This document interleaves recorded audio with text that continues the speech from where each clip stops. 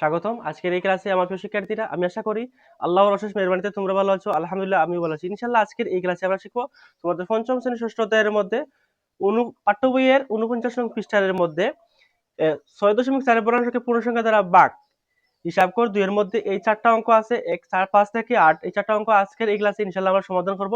গত ক্লাসে আমরা 1 থেকে 4 নং পর্যন্ত চারটা অঙ্ক সমাধান করেছি। ইনশাআল্লাহ আজকের এই ক্লাসে আমরা এই চারটা অঙ্ক সমাধান করব।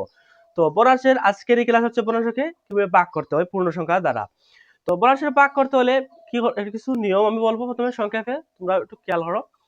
তো প্রথমে আমরা কি করব, এই যে 3 ভাগের 4 ভাগ কিন্তু 6, এখানেও কিন্তু 6 এর নিচে কিন্তু 1 হওয়া অবস্থায় আছে। আমরা যখন ভাগ করব, ভাগ থেকে কিন্তু গুণ হবে এবং বিপরীত যেটা আছে এটা লব হর হবে এবং হর লব হবে। তো প্রথমে আমরা একটা অঙ্ক সমাধান করি, তাহলে বিষয়টা বুঝতে পারবে নিয়মগুলা কি। প্রথমে দেখো এখানেও আমি বলি 3 ভাগের কত 4 আমরা দিয়েছি, ঠিক আছে। তারপর এখানে আমরা কি ভাগ দিব, তাহলে 1 ভাগের কত 1 ভাগের 6, তাহলে কোথায় পেয়েছি 1 কিন্তু 6 এর নিচে হর আছে কিন্তু এটা ওয়া অবস্থায় আছে, ঠিক আছে। তাহলে আমরা প্রথমে আমরা 3 ভাগের কত 4 দেই, তারপরে কেন কি গুণ দেই, ঠিক আছে, গুণ দিব। তারপর এই যে 1 ভাগের 6, এটা একটা হচ্ছে হর আর 6টা হচ্ছে লব। কিন্তু বোনাসে যখন আমরা ভাগ থেকে গুণ করব, বোনাসের নিয়ম হচ্ছে যখন ভাগ থেকে গুণ হবে, আমরা মূলত ভাগ করছি কিন্তু এটা নিয়ম, বোনাসের নিয়ম কিভাবে ভাগ করতে হয়। তাহলে আমরা ভাগ থেকে যখন গুণ করব, ভাগ থেকে গুণ করার পরে কিন্তু এই যে হর লব হবে এবং লব হর হবে, এটি হচ্ছে নিয়ম, বোনাসের নিয়ম। আশা করি তোমরা বুঝতে পেরেছো। তাহলে একটা হচ্ছে হর, এটি কি হবে লব হবে, লব মানে উপরে যাবে। আর 6 হচ্ছে লব, এটি হর হবে, মানে 6 ভাগের 1 হয়েছে। আমি আশা করি তোমরা বিষয়টা বুঝতে পেরেছো। এখন আমরা কি করব, এই যে এখন আমরা গুণ করব, গুণ করে কিভাবে করব, 30 কত 18 আর 4 একে কত 4। এখন এই 18 ভাগের 4 কে আমরা লঘিষ্ঠ আকারে প্রকাশ করতে পারি। লঘিষ্ঠ আকারে কিভাবে, তাহলে 18 এবং 4 এর মধ্যে এমন একটা সংখ্যা নির্ণয় করব যাতে ভাগ করতে পারি দুটো লব এবং হরকে, কিন্তু ভাগ শেষ থাকবে না। আমি আশা করি তোমরা বুঝতে পেরেছো। যেমন আমরা 2 কে যদি আমরা 2 দিয়ে যদি 4 কে 8 কে ভাগ করি, তাহলে ভাগ করতে পারবো কিন্তু ভাগ শেষ থাকবে না। 3 দিয়ে 18 কে ভাগ করতে পারবো, 3 18, কিন্তু 3 দিয়ে 4 কে ভাগ করা যাবে না।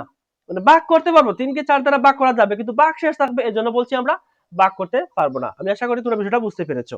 তাহলে আমরা 2 দ্বারা ভাগ করতে পারবো, তাহলে 2 দ্বারা যদি ভাগ করি তাহলে 4 কে 2 দ্বারা ভাগ করলে 2 পাবো এবং সেম 18 কে 2 দ্বারা ভাগ করলে কত 9 পাবো। তাহলে উত্তর পেয়েছি কত 9 ভাগের কত 2। আমরা আলহামদুলিল্লাহ প্রথম অঙ্ক কি সমাধান করেছি। ইনশাআল্লাহ এই অঙ্ক সমাধান করব। তাহলে প্রথমে আমরা দেখি 7 ভাগের কত 8 ভাগ কত 1 ভাগের কত 6, তাহলে কোথায় পেয়েছি, কিন্তু কেন 6 নিচে কি ও অবস্থা আছে, তোমরা বুঝতে পেরেছো। এখন আমরা 7 ভাগের কত 8, এখানে আমরা কি ভগ্নাংশের ভাগ থেকে ভাগ অঙ্ক করছি, কিন্তু ভাগের নিয়ম হচ্ছে যখন ভাগ থেকে গুণ করতে হবে এবং গুণ করার পর তার বিপরীতটা যেটা আছে 6 ভাগের 1, এটি কি 1 ভাগের 6, এটি কি বিপরীত হবে। কিন্তু বিপরীত কিন্তু কি ডান এবং বামের মধ্যে, ডান সাইড কি হবে, ডান সাইড বিপরীত হবে আর বাম সাইড যেভাবে আছে এভাবে থাকবে। তাহলে আমরা এখানে গুণ দিব, গুণ করার পরে এই যে গুণ করছি, ঠিক আছে, তোমরা বিষয়টা আমি চিহ্ন দিই, ভাগ থেকে কি করেছি গুণ করেছি। গুণ করার পরে এই একটা একটা হচ্ছে হর উপরে চলে যাবে এবং 6টা নিচে চলে আসবে, তাহলে কি দাঁড়ালো 6 ভাগের 1। 7 ভাগের 8 গুণ 6 ভাগের 1, তাহলে আমরা কি গুণ করি 6 7 কত 42, ঠিক আছে, 6 7 কত 42, 8 একে 8। এখন আমরা সেম কি দাঁড়ালো 42 ভাগের 8। এখন এটিকে আমরা লঘিষ্ঠ আকারে প্রকাশ করতে পারি সেম আগের মতো। আমরা 2 দ্বারা ভাগ করি যদি, তাহলে কত পাবো, এখানে 2 দ্বারা যদি ভাগ করি তাহলে আমরা 4 পাবো। আর 2 দ্বারা যদি 42 কে ভাগ করি তাহলে কত 21 পাবো। দেখো 21 কে যদি 2 দ্বারা ভাগ করি, 2 একে 2, 2 দুগুণে কত 4, তাহলে 42, ঠিক আছে। তাহলে আমরা কত পেলাম 21। তাহলে আমরা 21 ভাগের কত 4 পেয়েছি, ঠিক আছে। এটি হচ্ছে উত্তর, একটু বড় করে লিখি তাহলে তোমরা বুঝতে পারবে। আমরা আলহামদুলিল্লাহ 2 নং অঙ্ক সমাধান করেছি। আমি আশা করি মাশাআল্লাহ তোমরা বুঝতে পেরেছো এই যে দুইটা অঙ্ক। তাহলে আমরা পরেরটা অঙ্ক সমাধান করি। দেখো আমরা লিখি 5 ভাগের কত 8, ঠিক আছে, তারপরে ভাগ আমরা 1 ভাগের 4 দিয়েছি। এ কোথায় পেয়েছি তোমরা তো বুঝতে পেরেছো, আগে বলেছি এ কিন্তু ও অবস্থায় হর আছে।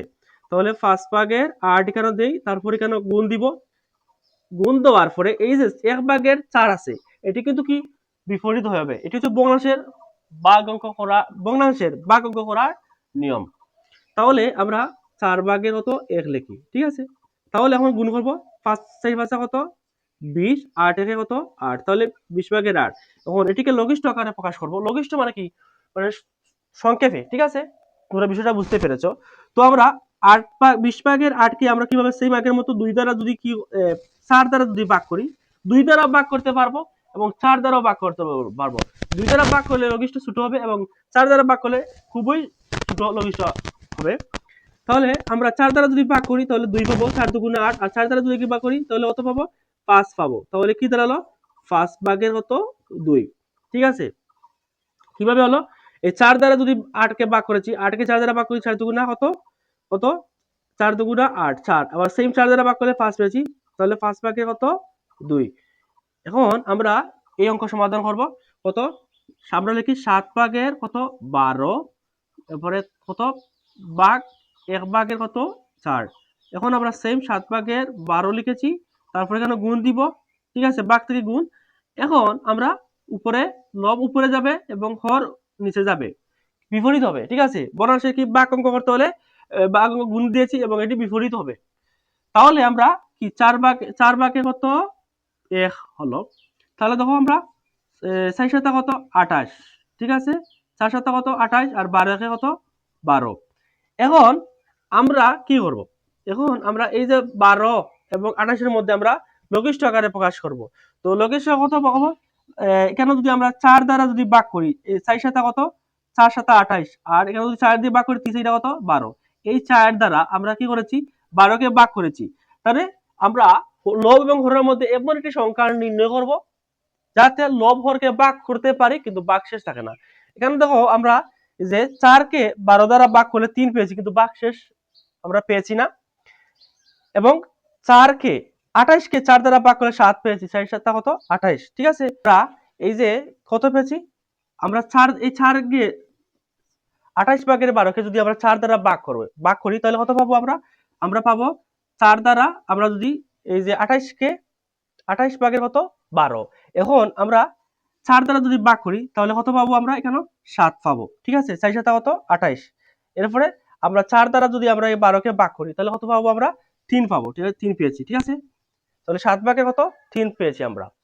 তো আমরা আবার দেখি, এই যে 28/, কত 4 7 কত 28 পেয়েছি, 4 7 কত 4 7 28, আর 12/12। এখন আমরা এই 28 এবং 12 এর মধ্যে লব হরের মধ্যে এমন একটা সংখ্যা নির্ণয় করব যাতে দুটি সংখ্যা কি লঘিষ্ঠ আকারে প্রকাশ করতে আমরা পারি।